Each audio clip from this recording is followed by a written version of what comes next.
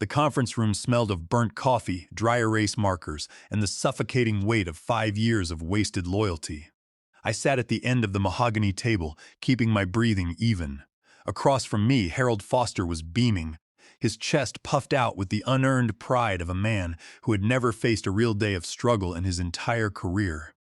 Harold was 52 and had landed his position as the regional executive director of Summit Industrial Group when his father-in-law retired, inheriting a machine he did nothing to build. Now, he was performing the exact same act of nepotism for his daughter.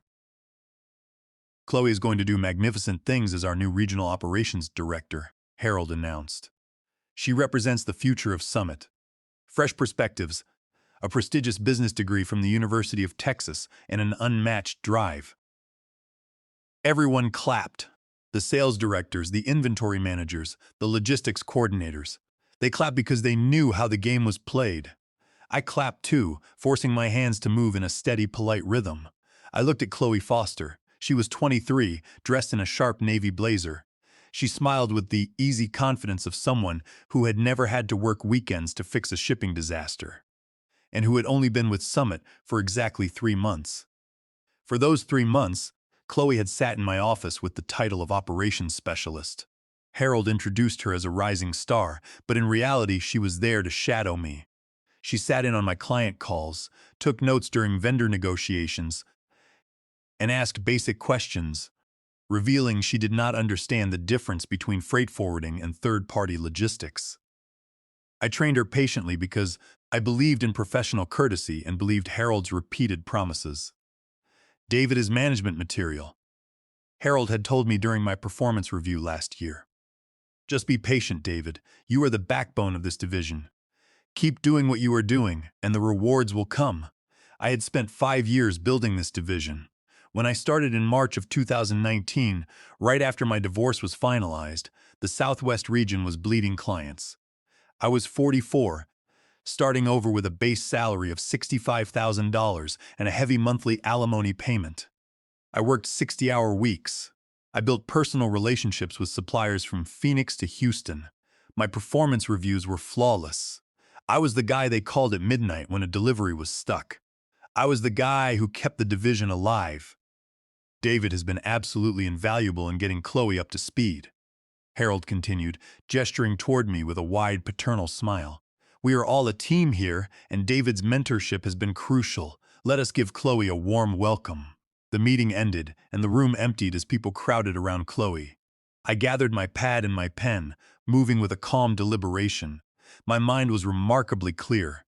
It was the kind of clarity that comes when a long-standing illusion is suddenly shattered. "David, stick around for a minute," Harold said, calling out as I reached the door. I waited until the last of the sales team left, then closed the glass door. Harold loosened his tie, his demeanor shifting from corporate executive to friendly colleague. He tried to look sympathetic, but the smug satisfaction in his eyes was impossible to hide.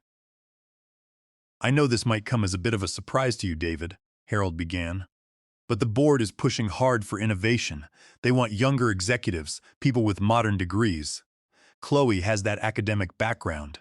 It is nothing personal, you understand that, right?" "I understand perfectly, Harold," I said, my voice steady. He relaxed slightly, misinterpreting my calm demeanor as compliance. "Excellent. You are incredibly valuable to us, David. We need you to keep running the day-to-day operations. Chloe will handle the strategic direction, but she will rely on your experience. You will be her right hand. So, you want me to do the director's job, but with Chloe's name on the door and my current salary," I remarked. Harold's face hardened. "Let us be realistic, David. You are 44. You have a solid job here that pays $65,000. You have financial obligations, your daughter Abigail's college fund, and your alimony. You are not in a position to make rash decisions. You need this job, and Summit has been good to you." He was using my life as leverage, counting on my fears to keep me in line. He believed my responsibilities made me weak. He believed 5 years of loyalty had broken my spirit, making me grateful for whatever scraps he threw my way. I looked at him, seeing him clearly for the first time. He was a man built on hollow promises and stolen credit. "I will think about it," I said quietly, turning to open the door. "Do that, David," Harold said. Come back Monday with the right attitude, and we will get to work. I walked back to my desk, sat down, and opened a blank document. My hands did not shake. I wrote my resignation letter, keeping it brief and entirely professional. I gave my exact 2 weeks' notice, stating that my last day would be the 24th. At 4:30 in the afternoon, I printed the letter and placed it on Harold's desk. When Harold read it, his face flushed a deep, angry red. He slammed his hand on the desk, standing up so fast his chair hit the wall. "Is this a joke, David?" Harold yelled. "You are quitting because of a promotion? This is childish. It is completely unprofessional." "It is my 2 weeks' notice, Harold," I replied.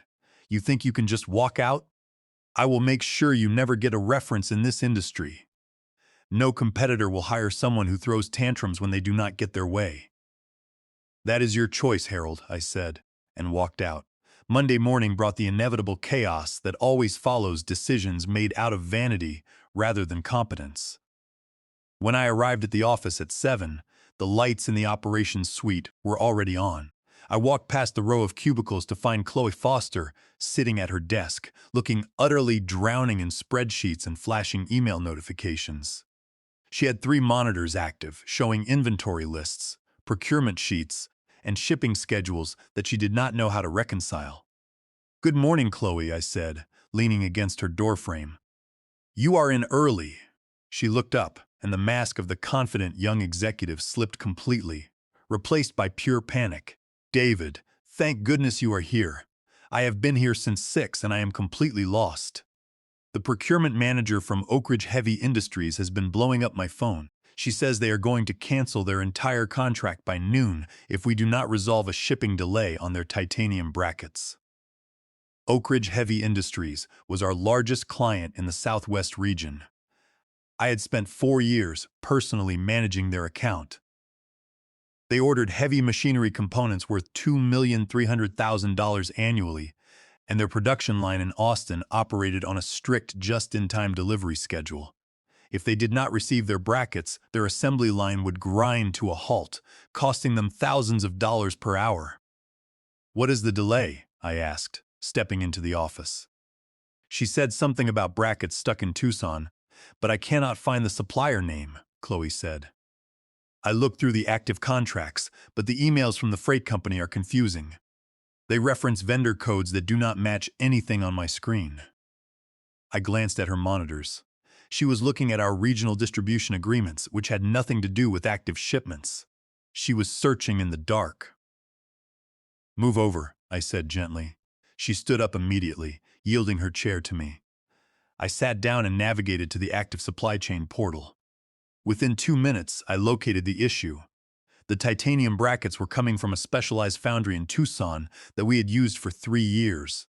The shipment was delayed because of a paperwork discrepancy at the rail yard, and the carrier had put a hold on the container.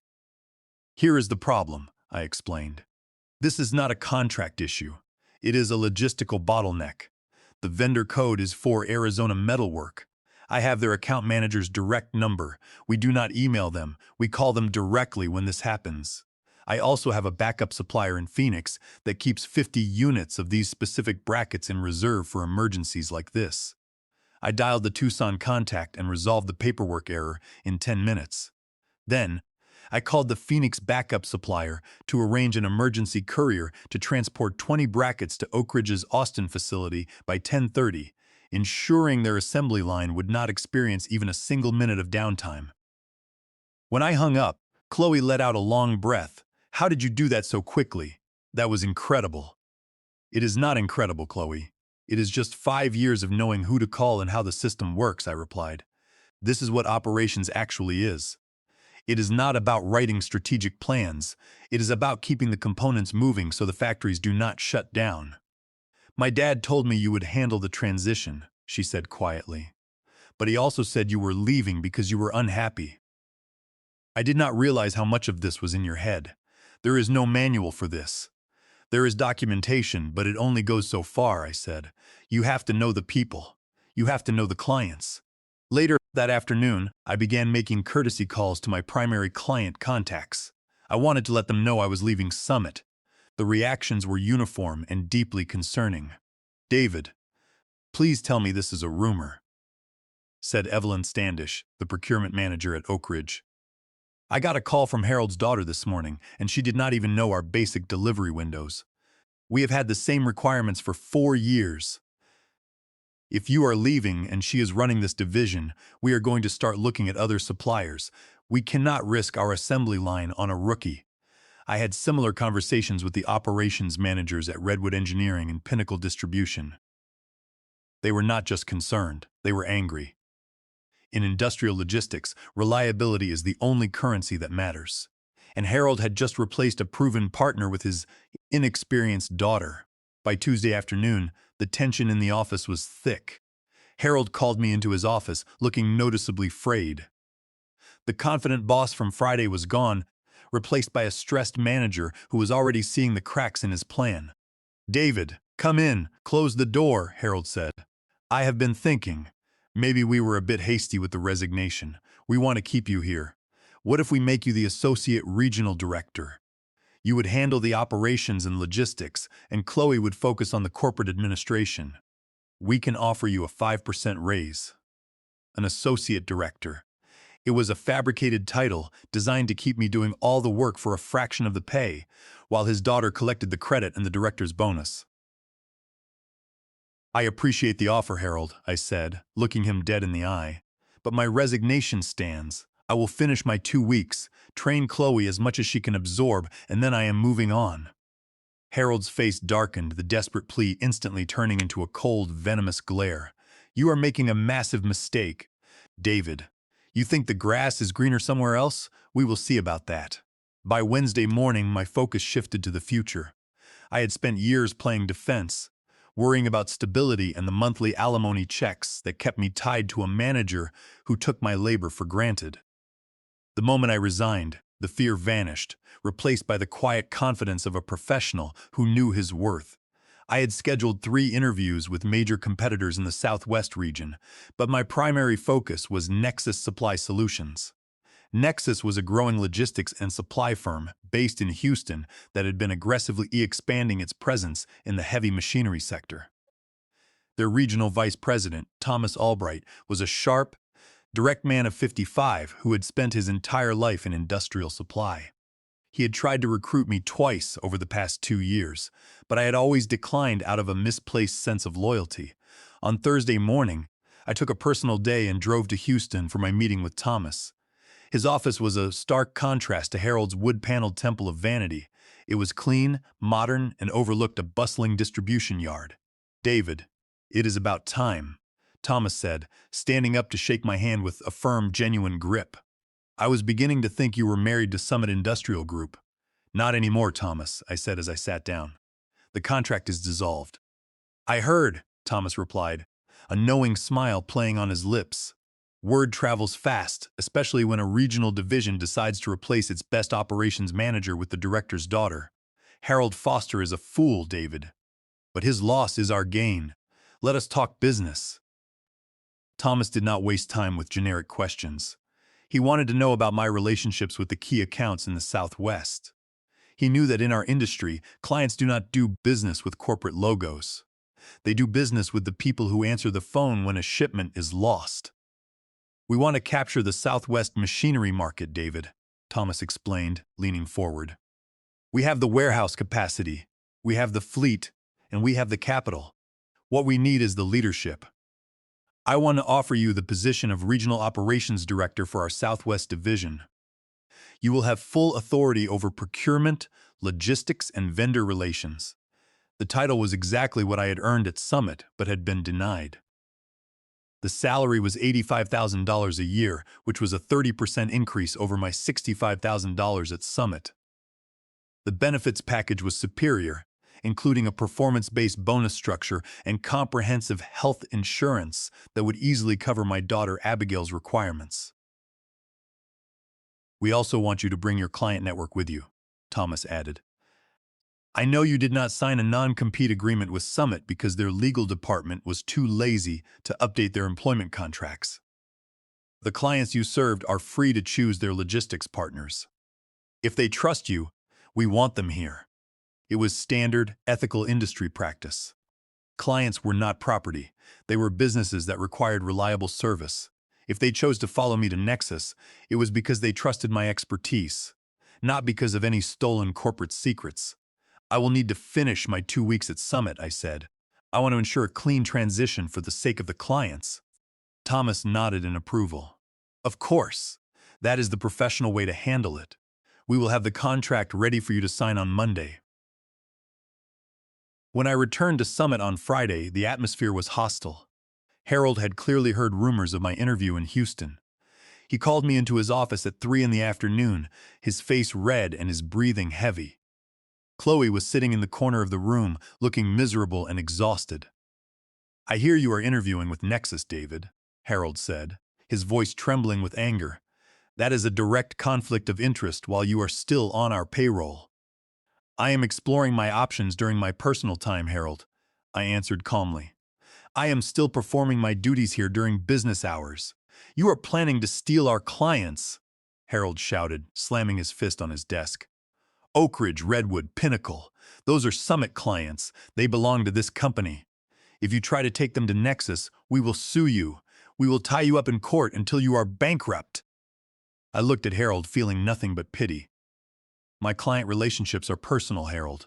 I built them through 5 years of hard work and reliability. The clients are free to go wherever they receive the best service. If you want to keep them, I suggest you focus on providing that service instead of making empty legal threats. Chloe spoke up from the corner, her voice small. Dad, please, let us just focus on the transition. Shut up, Chloe, Harold snapped, refusing to look at his daughter. He kept his eyes locked on me. You walk out that door, David, and I will make sure your name is mud in this state. You will never work in industrial logistics again. I stood up slowly. I am going back to my desk to finish the documentation for Chloe, Harold. I have documented every supplier contact, every shipping window, and every backup protocol. I am doing this for Chloe and for the clients, not for you. What happens to this division after next week is entirely up to you. I walked out of his office, leaving him to stew in his own anger. For the remaining 5 days of my notice, I worked diligently, ensuring Chloe had every piece of information she would need to survive. I knew she was out of her depth, and I did not want her to fail simply because of her father's arrogance. On my final Friday, I handed my security badge to the receptionist, walked out to my car, and drove away without looking back. My transition to Nexus Supply Solutions was seamless.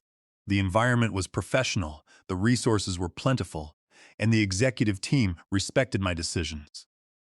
Within 3 months, I had established our new Southwest Regional Office in Houston, streamlining our distribution network, and hiring 2 experienced operations managers to support our growth.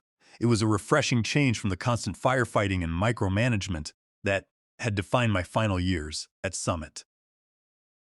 But while I was building something sustainable at Nexus, the house of cards Harold Foster had built at Summit was beginning to collapse.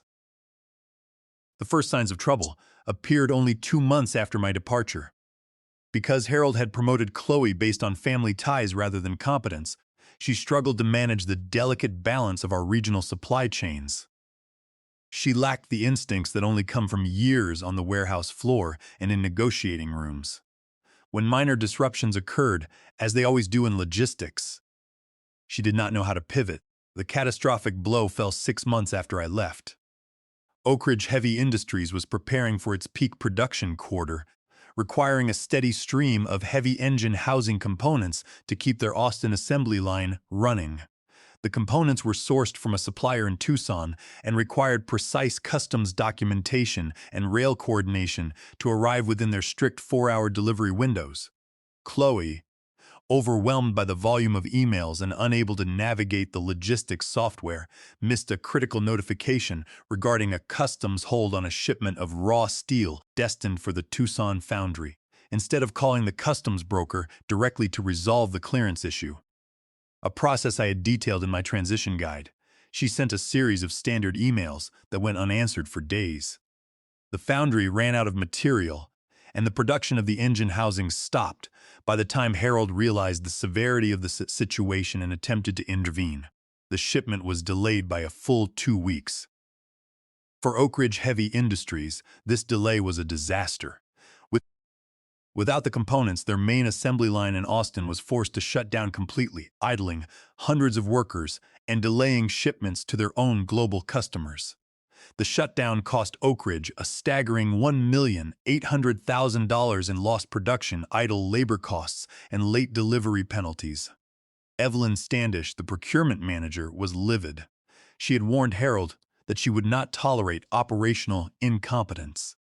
True to her word, she officially terminated Oak Ridge's contract with Summit Industrial Group, ending a partnership that had lasted for a decade.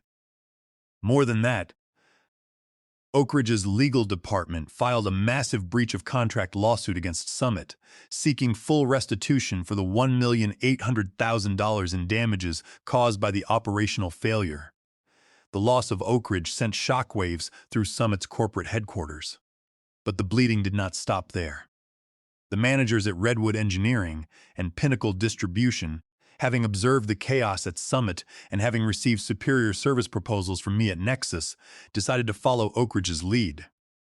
Within 5 months, all 3 major accounts had canceled their agreements with Summit and moved their business to Nexus Supply Solutions. With the departure of these key accounts, Summit's Southwest regional revenue plummeted by 62%. A division that had once been the most profitable in the company was now hemorrhaging money, and the corporate board of directors in Chicago could no longer ignore the disaster. The board launched a formal internal investigation into the management of the Southwest region. They uncovered the fact that Harold had bypassed several qualified internal candidates, including myself, to promote his 23-year-old daughter to a senior executive position, despite her having only 3 months of industry experience. They also found evidence of Harold using corporate resources to cover up operational errors and falsify performance reports to hide the division's decline. The consequences were swift and final. Harold Foster was terminated for cause, stripped of his severance package, and escorted from the building by security. His 30-year career in the industry was over, ruined by his own arrogance and greed. Chloe, who had spent 3 miserable months working 80-hour weeks trying to manage a job she was never prepared for, resigned voluntarily the day after her father was fired. She realized, far too late, that Harold had not done her a favor by giving her the promotion. He had set her up for a public and embarrassing failure to satisfy his own ego. She packed her bags and returned to graduate school, leaving the corporate world behind. At Nexus, we watched the collapse unfold in the industry journals. My regional vice president, Thomas Albright, walked into my office one morning and tossed a business magazine onto my desk, a broad smile on his face. "Have you seen the news, David?" Thomas asked. "Summit's Southwest division is in complete ruins. Harold is out, their revenue is down by more than half, and they are facing a multi-million-dollar lawsuit from Oak Ridge." I looked at the headline, feeling a strange mix of satisfaction and sadness. I saw, "It is a shame about Chloe. She was just a pawn in Harold's game." "Perhaps." Thomas shrugged. "But Harold got exactly what he deserved. He thought he could steal your labor and give the rewards to his daughter. Now he has nothing, and you are running the most successful division in our company." I folded the magazine and handed it back to him. "Logistics is a simple business, Thomas. If you do not respect the operational details, they will eventually crush you." A year after leaving Summit Industrial Group, I was driving through Austin back to Houston after a client meeting. It was a warm Tuesday afternoon, and I stopped for lunch at a quiet diner near the airport. The place was empty, smelling of maple syrup and fresh coffee. As I walked toward a booth near the window, I noticed a young woman sitting alone in a corner booth, her nose buried in a thick textbook. I stopped, recognizing the posture and the dark hair. It was Chloe Foster. She looked different. The expensive blazers and the defensive posture she had worn during her brief tenure at Summit were gone. She was dressed in a simple sweatshirt and jeans, and she looked relaxed, though tired in the way that students often are. I paused for a moment, then walked over to her table. "Chloe?" She looked up from her book. For a second, a shadow of embarrassment crossed her face, but it was quickly replaced by a warm, mature smile. "David. Wow. What are you doing in Austin?" "Just passing through on business," I said, gesturing to the empty seat across from the young woman. "Mind if I sit for a minute?" "Please," she said, closing her textbook. I glanced at the title of the book. It was an advanced text on industrial supply chain dynamics and global logistics.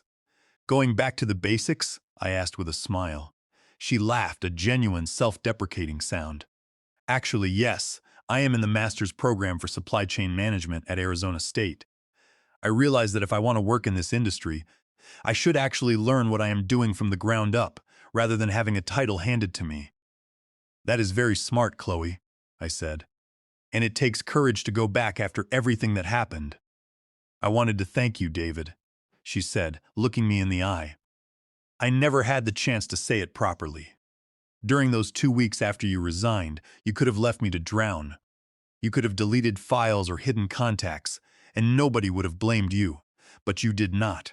You wrote that guide, and you spent hours explaining the accounts to me. You tried to help me succeed, even when my father was treating you terribly. You were in an impossible position, Chloe, I replied. Harold wanted to give you a shortcut, but in logistics, there are no shortcuts. The details will always find you. I did not want to see you fail, and I did not want the clients to suffer. My dad still blames you, you know, she said quietly, tracing the edge of her coffee cup. He says you sabotaged the Tucson route, that you whispered in Evelyn Standish's ear to destroy the company. He is still fighting a lawsuit against the board for wrongful termination. And what do you think? I asked, Chloe sighed, shaking her head. I think I was 23 years old with a business degree and absolutely zero real-world experience. I think my dad gave me a job I was not qualified for because of my last name, and I think you spent 5 years earning a promotion that should have been yours from day one. The failure was not your fault, David. It was his mistake, and it was mine for accepting it. We sat in comfortable silence for a moment, listening to the quiet murmur of the diner. It was a conversation I had never expected to have, but it brought a final, satisfying sense of closure to the entire chapter. I heard you are doing incredibly well at Nexus, she added. They say your Southwest division is set to double its capacity next year. We are doing well, I acknowledged. The work is hard, but the team is solid. And you will do well too, Chloe. You have the intelligence and the drive. Once you have the foundation, you will be a great director. I paid for both of our lunches, wishing her the best of luck with her studies. As we shook hands outside the diner, I felt a genuine sense of pride in her maturity. She had chosen to learn from her embarrassment rather than hide behind excuses. 6 months after that meeting, Harold Foster officially filed for bankruptcy. His wrongful termination lawsuit against Summit's board was dismissed with prejudice, leaving him with mounting legal fees and no income. He was forced to sell his home to cover his debts, a bitter and broken man who still believed the world had treated him unfairly. Chloe, on the other hand, graduated with honors from Arizona State the following spring. Instead of looking for another executive shortcut, she accepted an entry-level position as a warehouse coordinator at a logistics firm in Phoenix. She spent 2 years working on the docks, managing inventory counts, and dealing with local truck drivers. She learned the business from the ground up, earning the respect of her peers and supervisors. When she finally received her first promotion to operations supervisor, it was not because of her father's name, but because of her own sweat and expertise. The daughter had learned what the father never could. That respect, authority, and advancement must be earned through dedication, not inherited through nepotism. Sometimes, the most powerful form of revenge is not seeking conflict, but simply walking away, building a better life, and letting the natural order of competence and consequence settle the score. If you enjoyed this story of justice and professional pride, please hit that like button and let know your thoughts in the comments section below. Your feedback helps us bring you more stories of real-world triumphs. And if you have not subscribed to the channel yet, make sure to subscribe and click that notification bell to receive updates on all our new videos. Thank you for watching, and we will see you in our next story.